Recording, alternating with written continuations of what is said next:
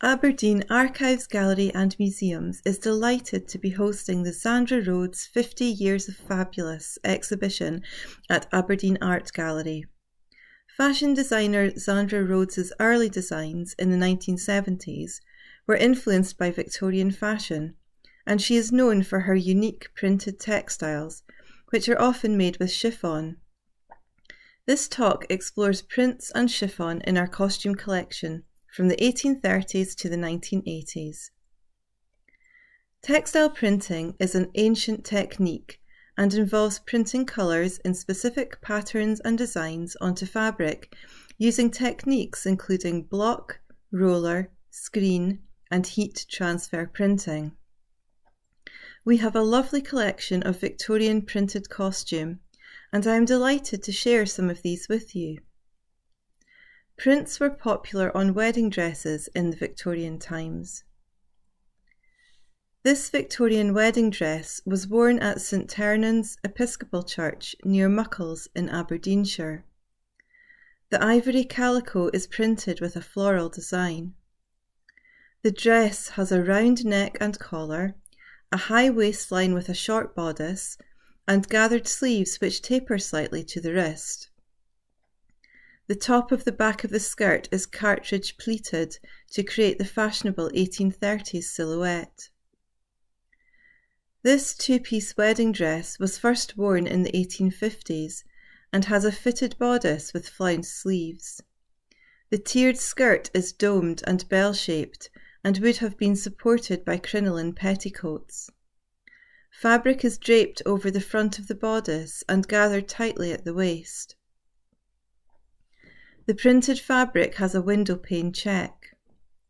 It was usual for a wedding dress to be reused even many years after it was originally worn for sentimental reasons or to save money, and this wedding dress was worn again about 30 years later. By that time, women's hair was worn up in tight, close curls on top of the head, and small brimmed hats and tiny bonnets were worn on top. This silk and velvet bonnet was worn with the wedding dress in the 1880s. This silk going-away dress was worn by the newlywed wife of a minister from Rathfin near Buckie. The purple colour indicates that she was in half mourning after losing a loved one. Immediately after a bereavement, during the full mourning period, women were expected to dress in black, but shades of purple, grey and white were acceptable during the later half-mourning period. This dress has a very full skirt that would have needed several petticoats to support it. The silk is printed with a black floral pattern. Beaded braiding and trimming were a quick and easy way to embellish an outfit.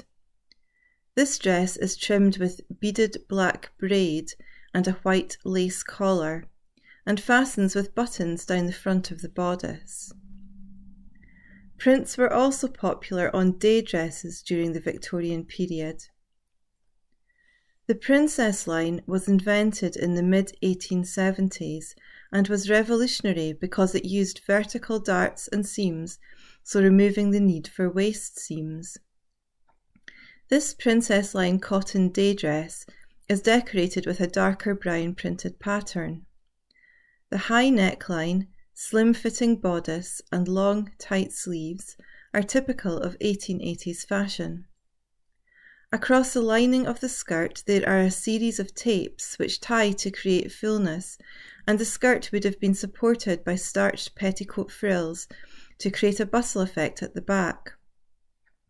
Long skirts trailed along the ground, causing staining like the dark stains on the lower part of this dress.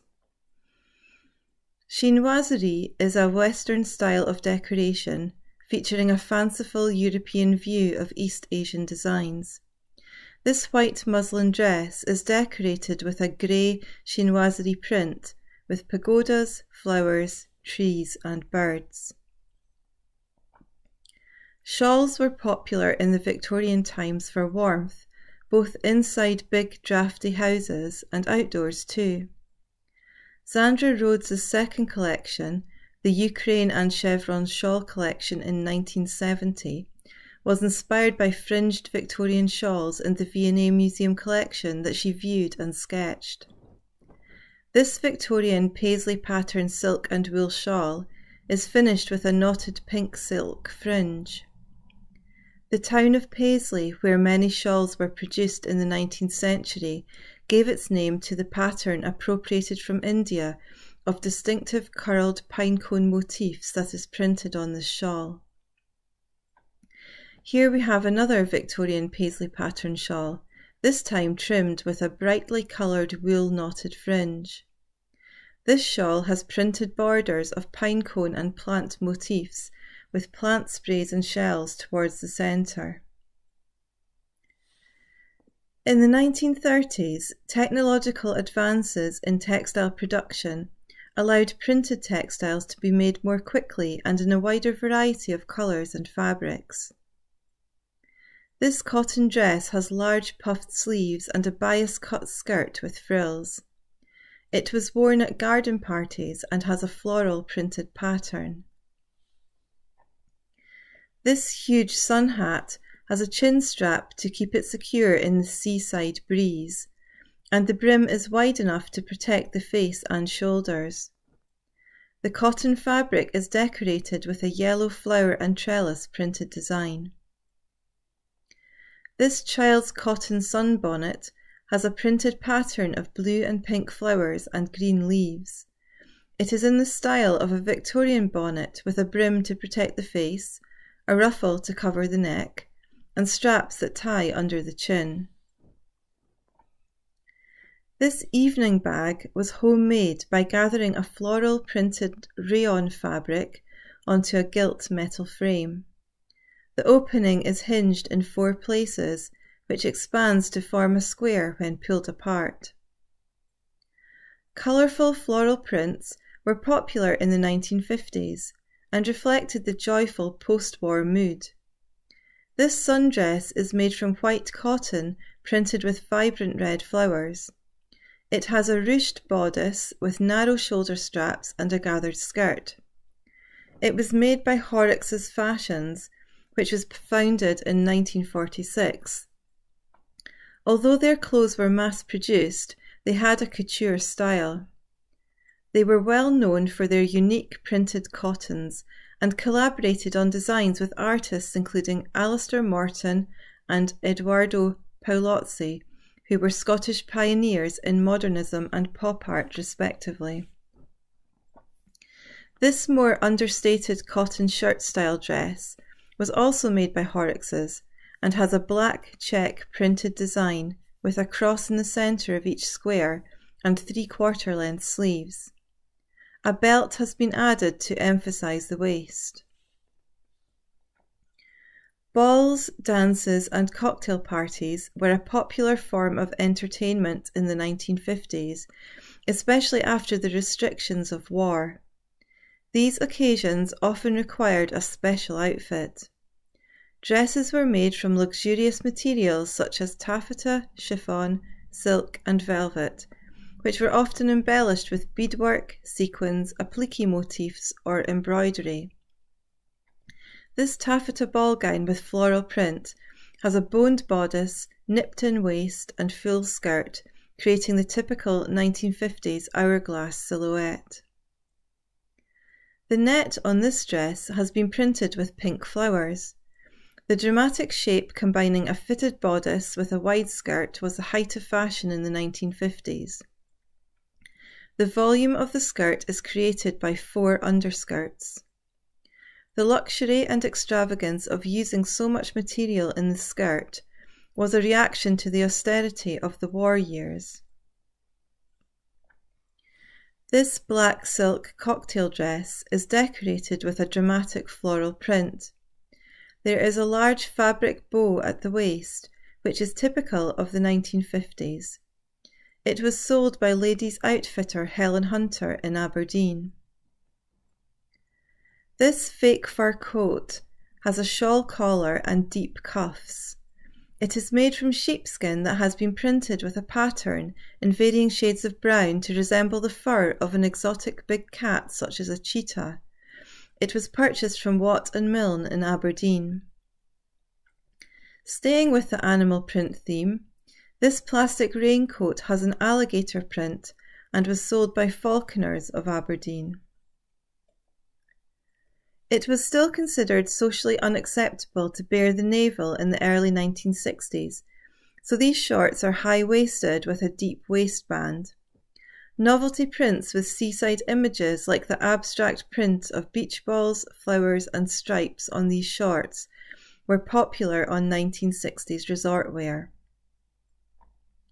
At the end of the 1960s, full-length dresses in psychedelic prints became popular, reflecting the hippie vibe that had arrived in Britain from America.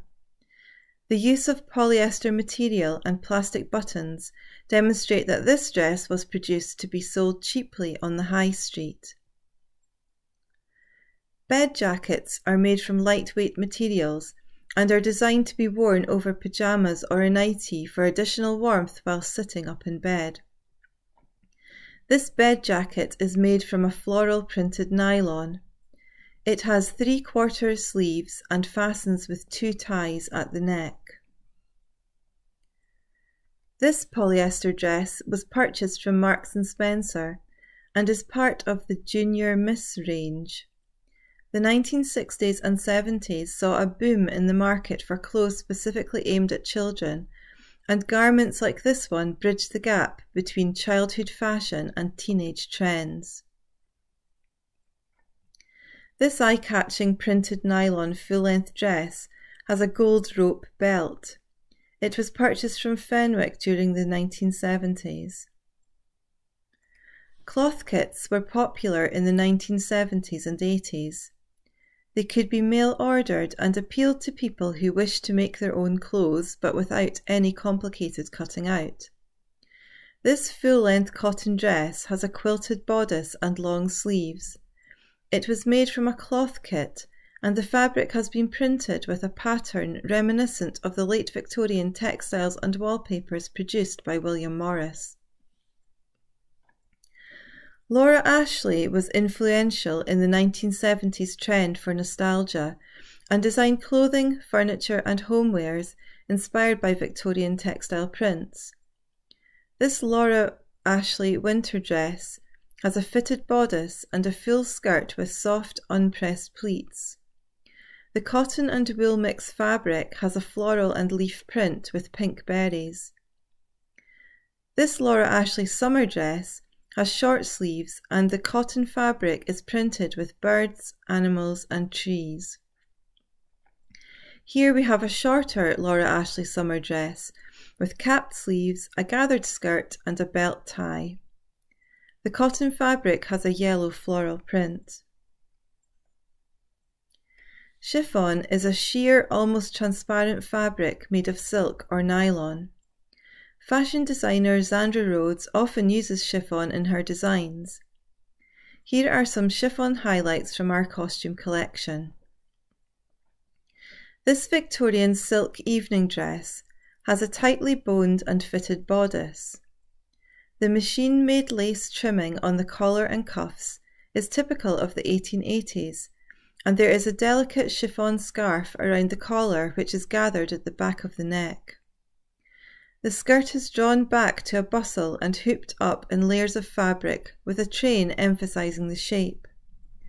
There is also a peplum at the back of the bodice to add bulk to the bustle area. This silk wedding dress was worn by Mrs. Jessie Davidson to her wedding in 1900. The ceremony was held at the Richmond Hotel, which was owned by the bride's family. The dress was made by W.A. Fraser, who was a dress and mantle maker based in Dufftown. The chiffon on the bodice and cuffs is edged with silk ribbon. This beautiful two-piece evening dress was made by Miss Margaret Dempster of Macduff, a trained dressmaker, who wore it as her first ball gown during the late 1890s. Miss Dempster then altered the dress in 1903 when she married, updating it to the latest style of the time and adding a yoke and high neckline for modesty. This dress features all the hallmarks of Edwardian fashion, with a great froth of chiffon and lace around the shoulder area, a nipped-in waist aided by 17 bones in the bodice, and a full-length sweeping skirt with a train at the back to balance out the shoulder line. The top layer of fine chiffon on the bodice is stencilled with pale pink flowers and studded with pearlized chips, and the puff sleeves have pleated chiffon cuffs. There is a chiffon rose in the centre of the bodice. Chiffon was also used to decorate accessories like shoes and fans in the 1900s. These pale green satin evening shoes are decorated with chiffon bows and diamante beads. The Louis heel tapers out at the bottom, providing stability when walking. This chiffon fan is decorated with a hand-painted scene of a woman dressed in blue, surrounded by flowers and butterflies.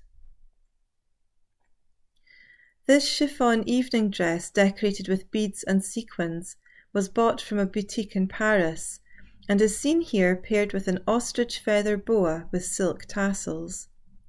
The tubular shape of 1920s dresses meant that designers relied on elaborate fabrics and surface decoration to achieve the impact that was required for an evening dress. This black chiffon evening dress has a floral machine net overdress and a dropped waist typical of the 1920s. This dress has been decorated with appliqued orange and red velvet flowers sewn with spiraled chain stitch in silver metallic thread. This white chiffon dress with V-neck is decorated with a floral pattern. The waist is defined at the front by ruching. The long skirt has a V-shaped flounce at the front and an inverted V at the back. A godé is a triangular piece of fabric, and the skirt has been inserted with godets lined with net to create fullness. The bias cut was introduced by French designers in the 1930s, creating garments that skimmed the curves of the body in a flattering way. This bias cut satin and chiffon evening dress has a square neck edged with diamante and bead embroidery. The seersucker chiffon has a puckered surface, and the elbow-length sleeves are edged with a triple flounce. Suntans became fashionable in the 1930s, influenced by Hollywood glamour, and low scooped backs on dresses like this one were perfect for showing off a suntan. Boleros were also popular in 1930s fashion. This dress and matching bolero are made from purple silk chiffon with a polka dot design. There is contrasting red ribbon decoration on the shoulder straps and sleeves. This dress was worn on the evening the news that war had broken out was announced in 1939. It has a round neckline and long black chiffon sleeves. Multicoloured floral fabric has been appliqued on the sleeves and bodice next to silk satin stitch embroidery. This layered chiffon, taffeta and net dress has a tight-fitting boned bodice and full skirt with stiffened underskirts reflecting the new look of the 1950s. It is decorated with pink roses and the outfit is finished with a stole and a pink sash. This satin bridesmaid dress has a fitted bodice and scooped collar band with a gathered and pleated chiffon net overlay and a layered chiffon skirt. It was purchased from Nichols in Aberdeen. This chiffon bridesmaid dress, also purchased from Nichols in Aberdeen, was worn at a wedding at St Cain's Church in New Deer in 1960. It has a sleeveless bodice and the full skirt is made up of layers of chiffon to create volume. The miniskirt is one of the defining silhouettes of the 1960s. This vibrant chiffon mini dress has a typically 1960s multicoloured pattern and a loose style. The green ribbon waistband is finished with a bow. This mini dress is made from floaty chiffon with a large abstract floral pattern and has an A-line skirt. The bright orange and yellow colours are again typical of 1960s fashion. This striking red dress has a high neck and fitted bodice. The long chiffon sleeves are wide and flared with a tight cuff made of the same lace and lurex fabric as the bodice. This talk has explored textile prints and chiffon in our costume collection from the 1830s to the 1980s. It will be interesting to see how fashion designs and materials continue to develop and evolve over the next 150 years.